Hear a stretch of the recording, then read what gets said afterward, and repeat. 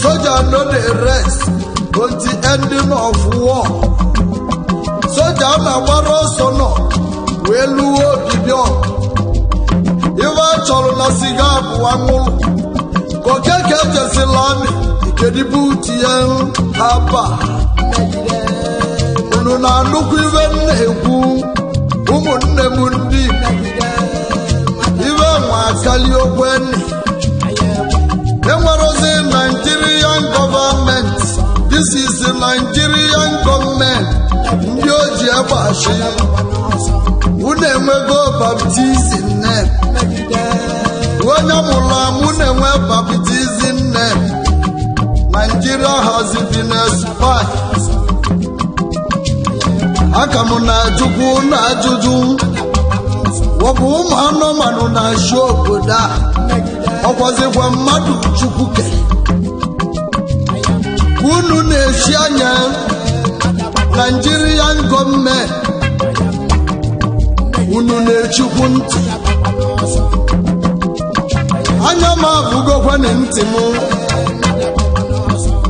Ọkwani ka unu ga-eme. Osisi nụrụ na-aga ekwu ya kwuru n'ofu ebe. Ụmụnne m ndị Igbo unu ga na-abụzi osisi ejeje a na-ana. Ụmụnne m mmadụ nụrụ n'ahịa na-abịa kwụrụ ọtọ na-eche mgbe ahịa ga-abịa ka ọ bụ n'anya na-abụ. Onye mere ahịa ji eli mmadụ Nigerian gọọmenti. Otego nna gwa m n'okwu abụrụ m unu ekwugbue n'okwu nwe mma na okwu nwe dịkwa n'otu lodi. Okwu eji egbe na mma egwu ye ndị Igbo bụrụbụ unu na-egwu n'ọnụ nkịtị. Haba yunifọmụ niile nwere n'ime Naijiria obi bụrụ obula egbe. Ma ndị pịawa azụ nke nyaahụ atasi ya aka nwa minera ya egbe dịba n'aka. Nigerian gọọmenti anyị kwuru na anyị nwere elekshọn narọ nwa anyị nọ n'ime ya ọnwa Febụwarị dị n'oru mkpụrụ ụbọchị na ise. Nwa m biko Okwuta bịara elekshọn. Jagabanụ na Yoruba Tinubu o si na-ede n'obugolu na mmadụ ọ bịakwuru elekshọn. Nwa m onye ọ na-pati kedizi abịa warịọ nwa m Atiku Abubakar. Onye unu si n'ọbụ onye Igbo bụrụ onye Awụsa bụrụ onye Cameroon. Unu na nnukwu ibe egwu na-egwu ya mebe elekshọn. Ọ bịakwuru elekshọn nke ya ewee mebe elekshọn mesie. Ndị mmadụ wee kpọba rizọt onye winili elekshọn prezidenti Nigerian gọọmenti. Nigerian gọọmenti obodo onye nwụrụ anwụ na-ekwu okwu. Nigerian gọọmenti obodo onye nwụrụ anwụ na-achị ọchịchị. Nigerian gọọmenti obodo onye ntụ na-achị ọchịchị. Nigerian gọọmenti obodo na-ekwudezi okwu iru na ịtụwa ntụ isolu n'ọnụ na-ekwulọ ikwu eziokwu ịbụrụ onye n'ala azụ. Nigerian gọọmenti ahịa na-abịa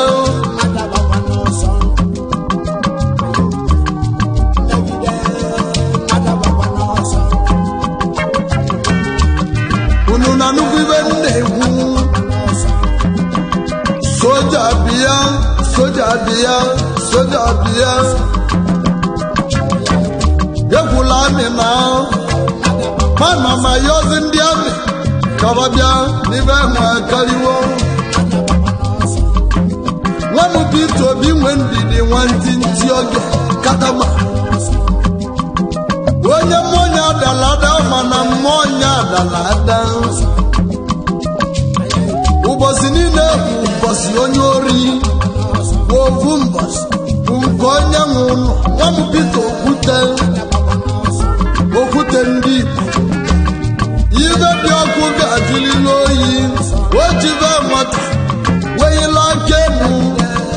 emesịa oge wee julila aka ya ka ọ dị mma ka anyị na-eme ya elekshọn eme o nwerela anyị isi unu na nnukwu ibe na-ekwu Nigerian gọọmenti ibe nji akpụ unu Nigerian gọọmenti ma ndị na-achị achị ma ndị a na-achị onye ọbụla jizi egbe n'aka onye aka nji wee gwa unu na ahịa na-abịa unu na nnukwu ibe egwu na-akọwala unu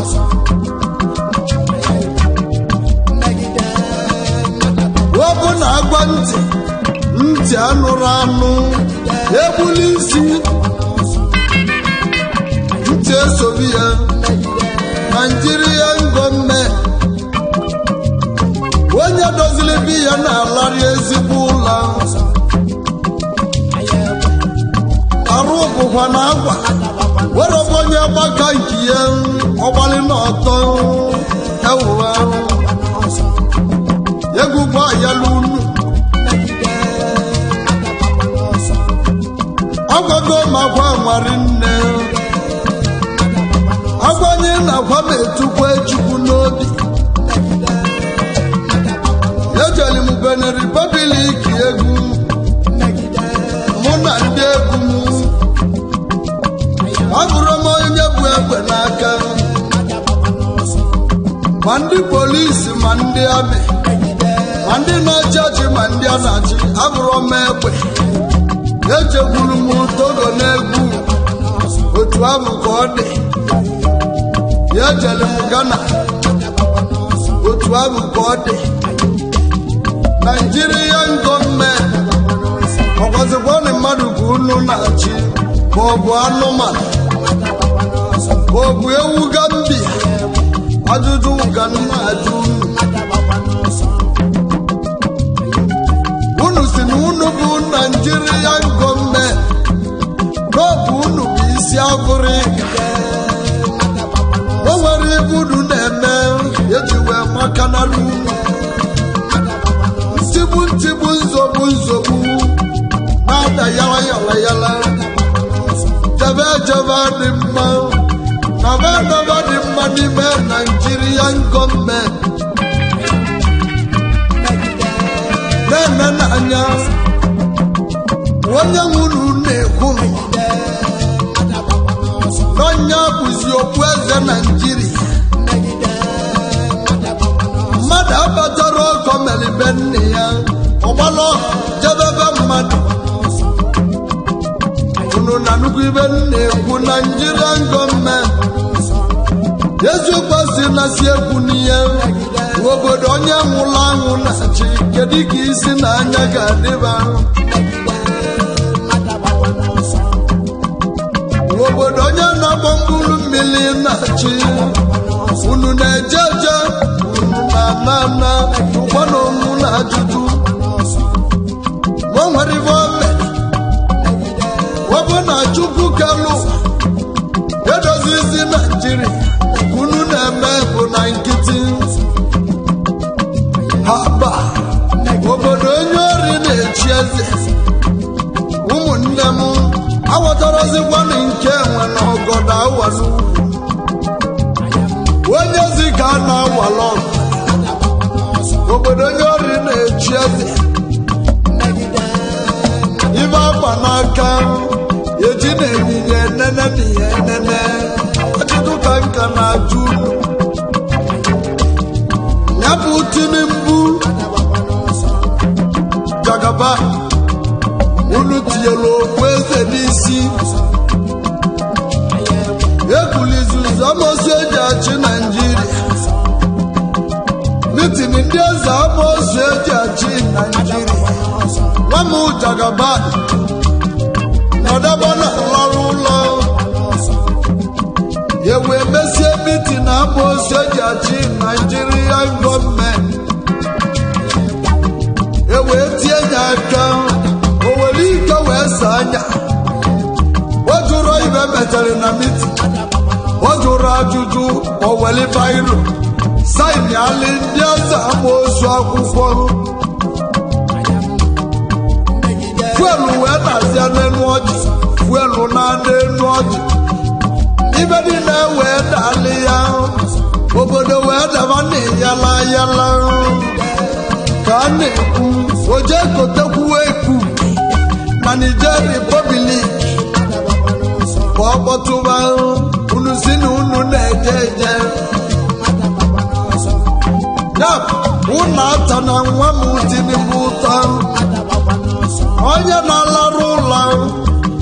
na onye nwụrụ anwụ dịka obi ibe unu si na ege eje kọtụ Jagaba na nwa m Peter Okwute n'ọnwa anwụ anyị nọ n'ime ya ya bụ Jagaba lukwunye n'aba India ụmụnne m ejeli kọtụ lọya niile bịala Peter Okwute ikpe dịka ibe amala ikpe vencha na alarịsị n'ụlọ aba nke nwe dịgazila anya gị bụrụ bịala okwu nwanyị unu si na oyiba na-akwụrọ nsi oyiba na-evere ajụ eze na-awogbu ndị ọ na-achị eze na-awogbu ndị ọ na-achị kedu onye kụziri ndị lọya nsi gbajilarịba ụlọ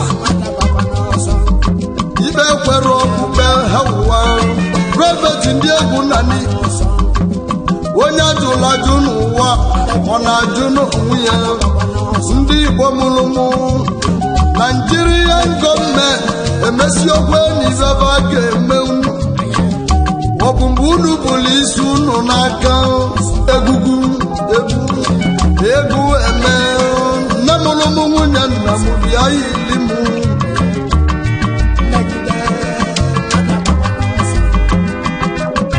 odigo ka ọ ga-adị onye na-egbu onye eziokwu isi ga-acha na ya ọha na eze ndị ana m enanya ka unu nwee mitin unu emero mitin asị m kwube ekwube unu eligo ọbụrai aka unu dị n'ibe a na-abụ ibe haba eberebe ekwue n'ọzọ Nigeria gọọmenti okwu nna gwa onye ji mmadụ na na-ajikwe n'onwe ya rakwa ndị na ibu unu ji rakwuo unu aka Nigeria gọọmenti agbalị m unu rakwa ndị na ibu unu ji ibe ji unu rakwuo unu aka unu dị safe nwamozo Igbo nnu ya ojije ga-ebune gị mụ na ga-ebune gị ibe na-emeli Igbo ibe ekwu gị n'azụ Prophet Maazị Nnamdi Kanu isi nkịta bụla bụ na-etu ihe bụ n'aka ọ na-ele alụso mejiri shi n'Abia steeti alụsị kama nọ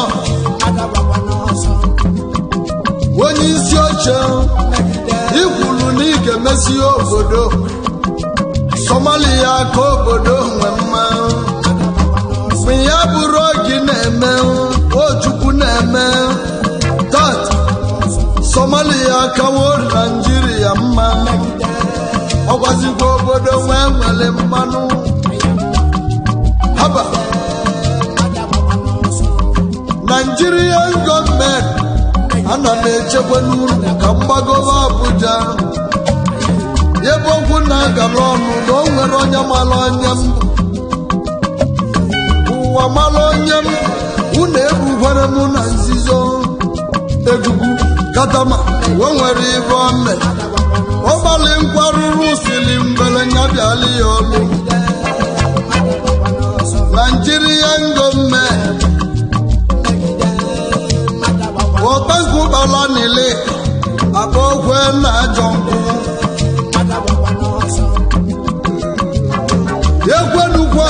ibeba na-eme ka ba na-eme agwaburu m unu n'ọchịchị Naijiria ekwere mmeta ebe ka e ga-eme ọba ya welimego nwa wee jebe ekene ka onye egwu ji eje mba wenye ka anyị ji eme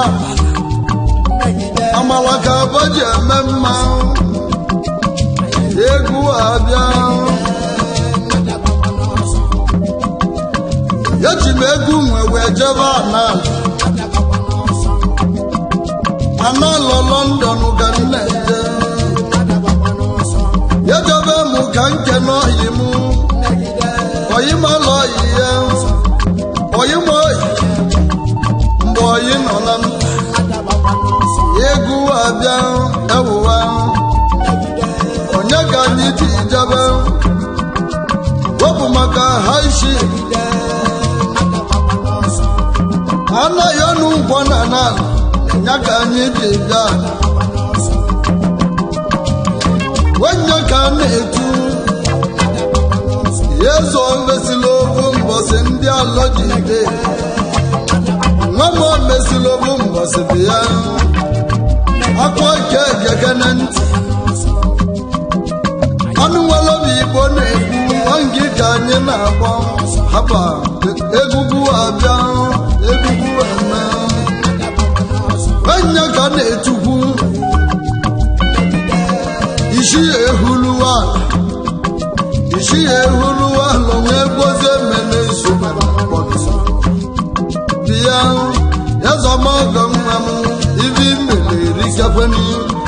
a na-agụ ọgwụ ọnụ ndị zuru karịrị akarị mana ka ọ chọli dị na nnukwu ibe nne ka ọ dịba nwa m o mesiri obu m na ọ dịbara ibe ewuwa osibuke n'ezi ohi ya ndị ya na ya na-emegbugwu mma shi nwa m Daniel Shigbo umezi nwa ka ọdụ na-akpọ haba ogwe na-etu iji ego wanụ na South Africa onye ka na-etukwu ezeba ka ego wanụ n'ụga ezeba ka ego ya bịa gbala egwu na egwu abịa nye ka a na-etukwu a na-egbu achala wanụ na gwata bịa weli egwugwu keneli gị ibe onye meli nya na-ede ewuwa o egwu ekpoitewekwuo ya anyị Chief Lawrence Odum egwu eme o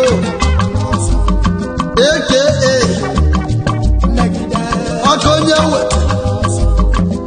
akonye wetelu nke izizi na na-agụrụ ya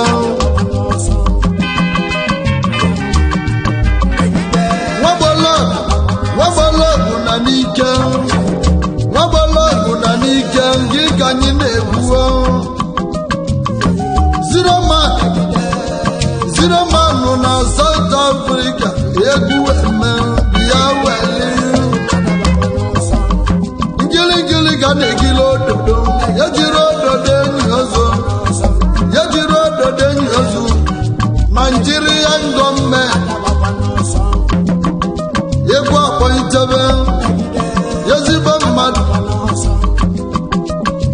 Ship Ndubisi Chidebele Chidebele bịa Chidebele Chijoke nke ka anyị na-akpa egwugwu nyaka na-etu odenigbo nwanụ na na Chief Executive Officer Girimpulos bịa ewe egwu lotelu unu ibe onye zụta onye ga-eme eziokwu onye egwu bịara ibe ihe eziokwu na gbara ọsọ aba ababa m oyi mụ ọchịa n'ugwu steeti ka nneje anyị nwere ugwu na mba mmadụ erikekwana Chief High Chief onye dịka chi nwa m nwanna dozie na-achị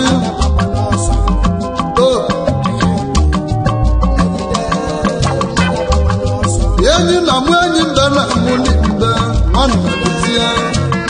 a na-afụ egwu ọnụ onye ka na-etu alaba nwanụ na-achị Mama laba na ji bịa bịa gbalị Igbo ọdụ wegbugozie mbele nsugbe na-ekwe ekele Nnadozie bụ dị change Nnadozie tebụl wọta bịa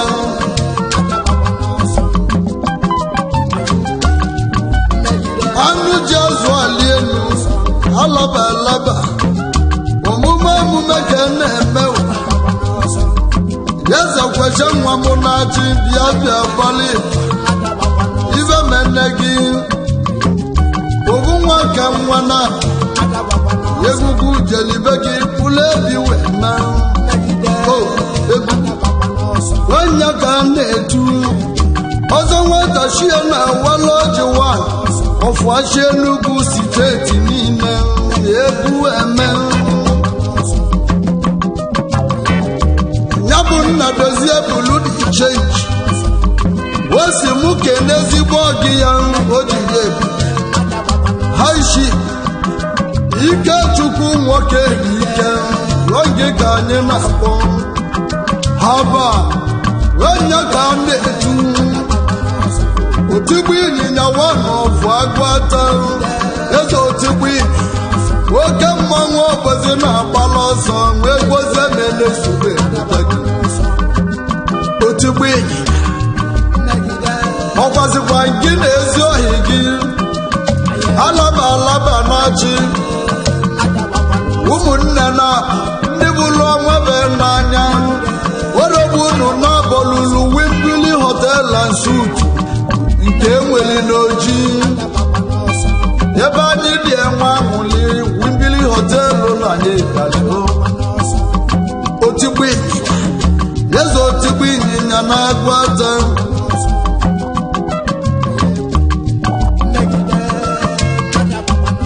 udenekalarụ ogu na-agbapụ ozu abụọ ozu nwụla nwa na-atụrụ ude na-egwu ya weli ogugwozie mmene nsugbe na pogo haba egwu eme ejikwu m egwu wee na-akpọghị ije ezigbo nwa dị ọ na-alaba gwa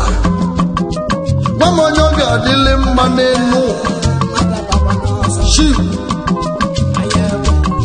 Nnamdị Ofezi ya Oshawa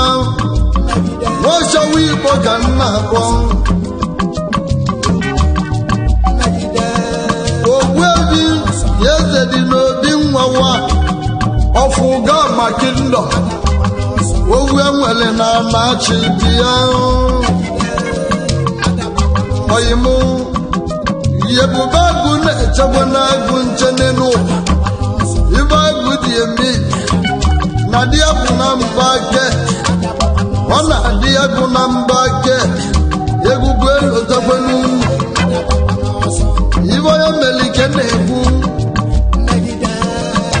fue dike fue ni dike ndị ọchị ndị osobu mbọsị ọgwụ achọba na dike aba ibe mena prọfeti ndị egwu na ndị ka eme ezigbo mmadụ bụ ebi yezobi nwa na anyị keneli gị o si mụ kenekwuwali ya ezigbo nwanne ya aishi Moses mmadụ ka ego ilo oge ka ọdụ na-akpọ ebekwe dike hapa ebekwe dike na-agụ dị ire gị ndọ oyibo jeneral onye ndu ha ya si n'obodo oyibo onye ọma eji mali mba buloba oge ka ọdụ ga na-akpọ onye ọma eji mali mba na n'ike ka ị gaa n'iru onye mere mbụ na-eme egwugwu keleli gị onye ga na-etigwu onye ọma ọbịa dị ọcha na inyi na-ese n'omida onye ka anyị na-ekwuluta egwugwu eme haba ya nụnụ nọ na ngige egwu ngige n'ọnwụ ya egwuo ya bụ ezigbo ọyị anyị nwa m nna m ndụ ọbụ ezi ya ozi m kenegwuo ya zo ogbuebi Innocent emere ibe ọmọgwọwa n'ọfọjị ya na lọọlị ya nwanyị mma Chiamaka Innocent emere ibe nwoke fụna na-emebe n'ọfụma ezigbo nwoke na-emebe ọfụma nwanyị dị mma nọkwanye ya n'akụ ogelimalụ obi dị ya n'elu uwe bilibe mma oyimo ogwu ebi ọbụ nne ka mmadụ ga-ebu webulu n'ụgbọ agụ ebi nne ka mmadụ ga-ebu obodo kwọli na ya aka anyị kenali gị na lọlọ nwanyị mma Chiamaka haba ibe onye mmeli ka a na-ebute n'egwu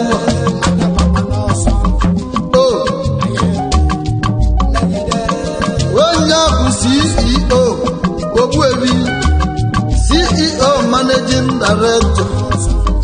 Yanza Invest Limited Transport n'egwu Enugu State Yanza Limited Invest ya n'ekwulu n'Enugu State ezigbo nwa mụ na iyom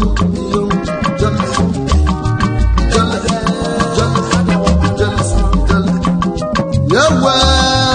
odezu egwu nwejeni na nga mejeli na egwu nwe nga ajụjụ ka nka na-ajụ onye ka anyị si jebe wepụ maka ezi ọhịa anyị ha isi nwoke mmọnwụ egwu na-eyi igwe egwu nwa mụrụ na mma egwu galibunu ha isi chukwu na nso ma ngwọ ozo Ogbuebi mmadụ anụchie nwanụ na nka onye ga-egwu na-akpọ itegwu nkata ego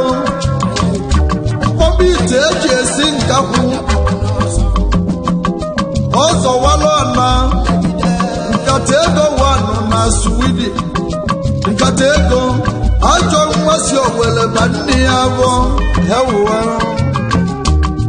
onye ka na-etu nkata ego wanụ na Sweden nkata eji egwu ego egwu eme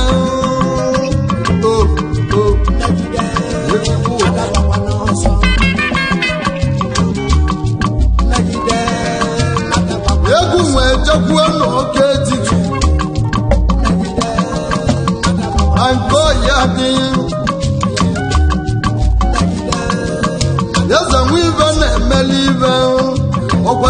eze nwa ọrabịa onye ka etiti nwa m na anyị kenere haishi Lomi Johnson n'oge etiti ka anyị na-akpọ oke mmanwụ na-eti ọmụ ya oke mmanwụ na-eti ọmụ ya nwoze mene nsogbu Lomi Johnson yelo chukwu eze na-agụ ezi ise eze nne ya haba Mbagawa of oke etiti niile Mbagawa of oke etiti niile ekene onye nna Chairman Managing Director Canatex Nigeria Limited Okaka Estate Developer and the properties ụmụnne m ịchọba ụlọ alụlụ alụ mara mma nke m na-elele ịchọba ana dị na saịtị chọba oyi m mgbaga n'oke etiti oke mmụọ na anyị kelere gị mmọnwụ na-eti ọnwụ ya wee gozie ma na-esugbe dalibu unu na alụgwa ibe onye mere ka eme egwugwu kelere gị egwu onye jebe Malaysia ka anyị na-eje anyị jee kene ezigbo oyi ndị egwu chief chekwube mma m nwa eze ọgbọ ewuwa onye ka na-etu wetochiwa n'ụfọdụ mba wa ikili kokochila ezi nke ndị ọrụ mba onye ọma mụrụ n'obi nze na ọzọ ene nwa m kilikili na-atalụ ọha isi enyi na-ebe ite n'isi egwu abịa ene Malaysia ene na-awa n'ọbịa Malaysia haba alụsị nwere mmiri ọra na-aṅụ ichekwulicha na jụọ na oyi nwa m egwu keneliki jele anyị abịa haba egwu nwelue n'ezi ọbụla polisi ọ ga-abụchi n'ime ezi unu na-anụkwu ibe nne egwuo wepụ maka oke nwaanyị nwere iso nọ maka otongwụra wenya ka anyị ji jebe ezi ọbụla mmọnwụ na-edu ọha alụsị Igbo na kotongwụra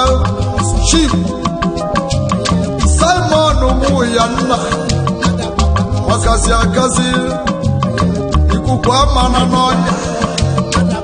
ebube agụ na-eche agụ isha nwa m ojiri se mọ ojikwu moto mọ were rice na-edu ụlọ iwe emeri ka a na-ekwuwa nwoke nume n'ezi ọhụ onye ka a na-eto ka nume wanụ n'ezi ọhụ onye kakwanụ ya mehwe ni oji n'aka kwaba ọ bụrụ n'ịdị ọkpọla ahụ na-egbuo Chairman Managing Director Sam Standard Import and Export batịrị anyị ji anya moto n'ime Nigeria Simon Uyanna Chairman Managing Director Uyanna Brothers Motors Nigeria Limited Block aka moto na-agbasiriri werere n'ezi ijebe ejebe chọbụ Uyanna Motors Brothers ọkasị ibi ihe mma agwala m unu ibe ọ bụ na-eme n'elu ụwa nwanyị anọ ọnya nye enwe n'isi egwugwu onye ejele mba ebizi na ị ga-ejere mba ị ga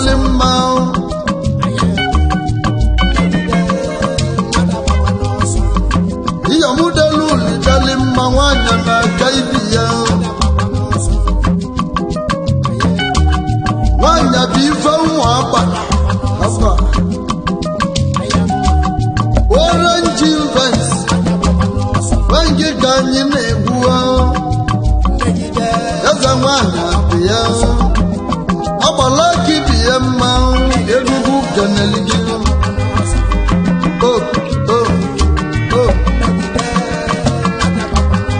oge osime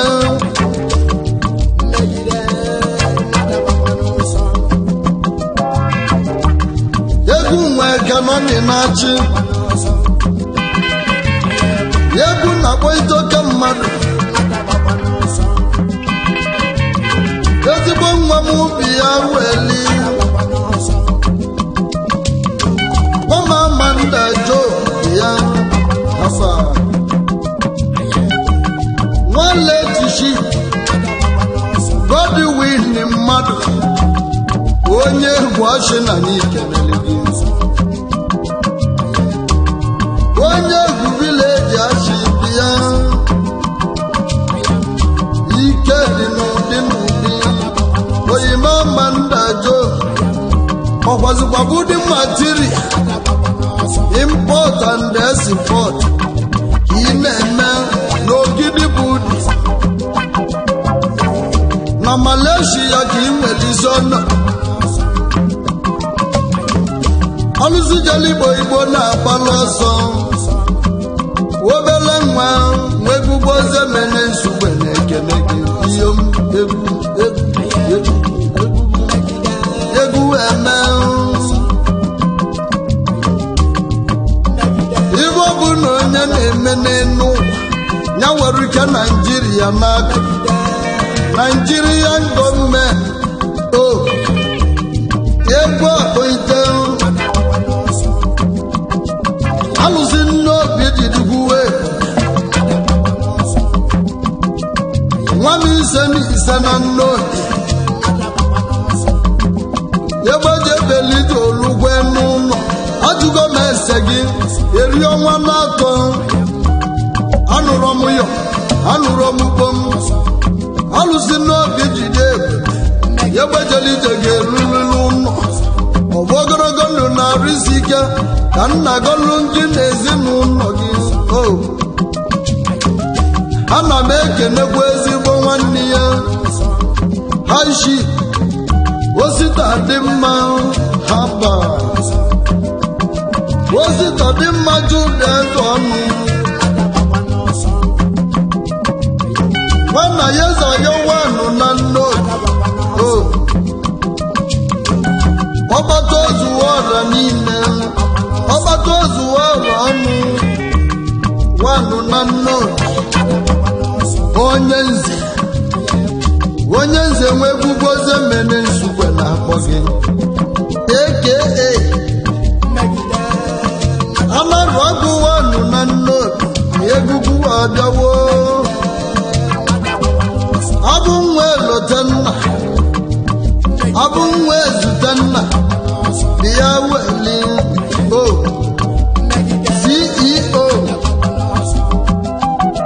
CEO si na nna investment company member Ofobi International Club obu dị na Dublin anyị kenelu ndị ọkụ obi members onye chili nyazelu ojije ka anyị na-eje n'oritiriti n'osorinda iru ọkụ members n'obi bịa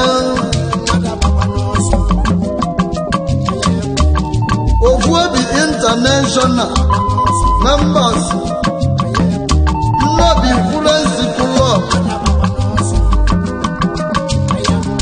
member ASA Union na Dublin anyị lotelu unu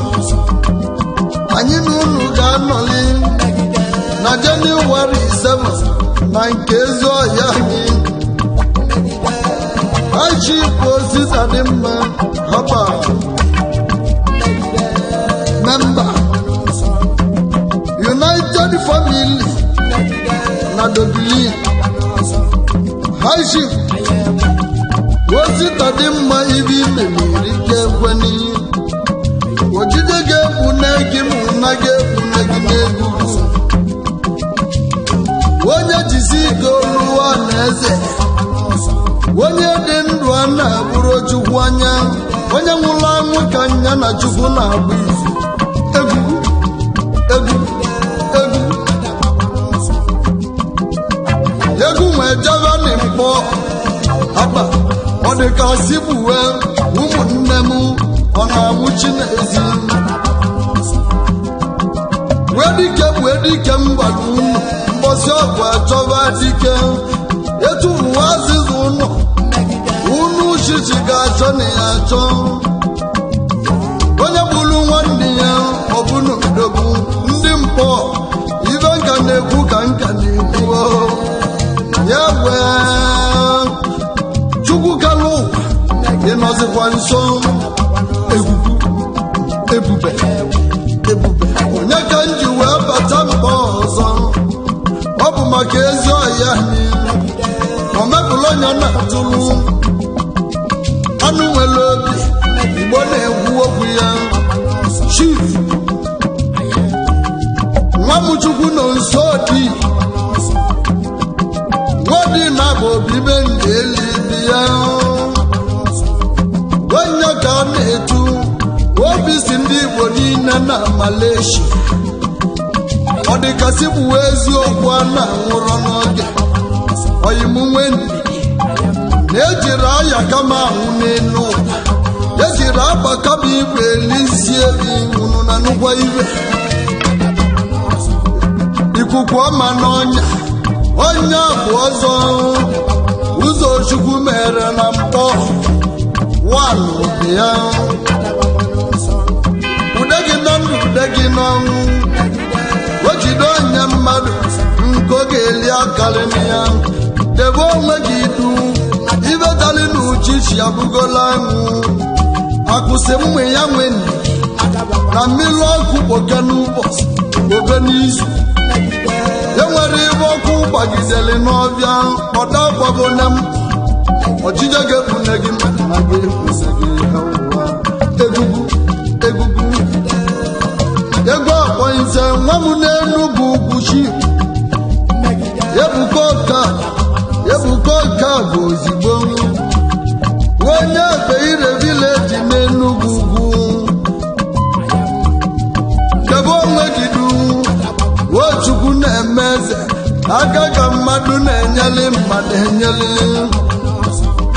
ọnụ akọrọ ọnụ ebuka ọka ozigbo ochi ya ka akọrọ ya n'elu jisikwa n'ike ya bi na-enwere ọdụdụ ochi ya na-achụli ya ijiji n'elu egwu nwejebe mgbagbo na nke ezigbo ọhịa anyị Chief Doctor Ogwebi nwanne bụ ike nwa Igbo ekwu gị ka ọdụ na-akpọ onye ka na-etukwu ogwebi ọdụ okwuwe nwanụ na mgbagbo n'Eziagụ Local Gọọmenti area obu dị n'Enugu steeti unu nọ n'ime ya tata nwadibịa arụsị o si mụ keneli ya ibe na-emeli ya ibe ọ bụ na-ebe alụsị nne ka nne na anyị keneli gị alụsị nwanne bụ ike nwa Igbo wengi ka anyị na-ekwuru tata ibobo n'aka ibi ya nwadibịa odo okwu wanụ n'ụmụ dị m n'ime mgbagbu n'Enugu steeti unu na-anụ maka ya nwadibịa ojije dị mma mụna dị mma ihe bụ na gọọmenti jidekwe ka iji kenekweli m oke agụ ndị ikwu nne nna gị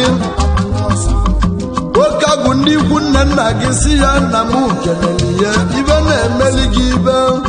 ogwebi ọdụ okwuwe iyi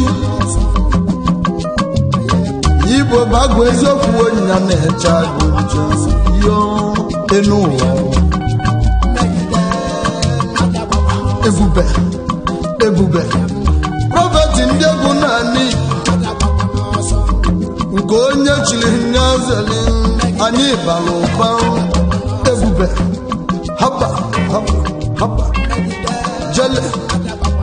egugu ana ewa ndalele egwu ana ma dalishimu akwo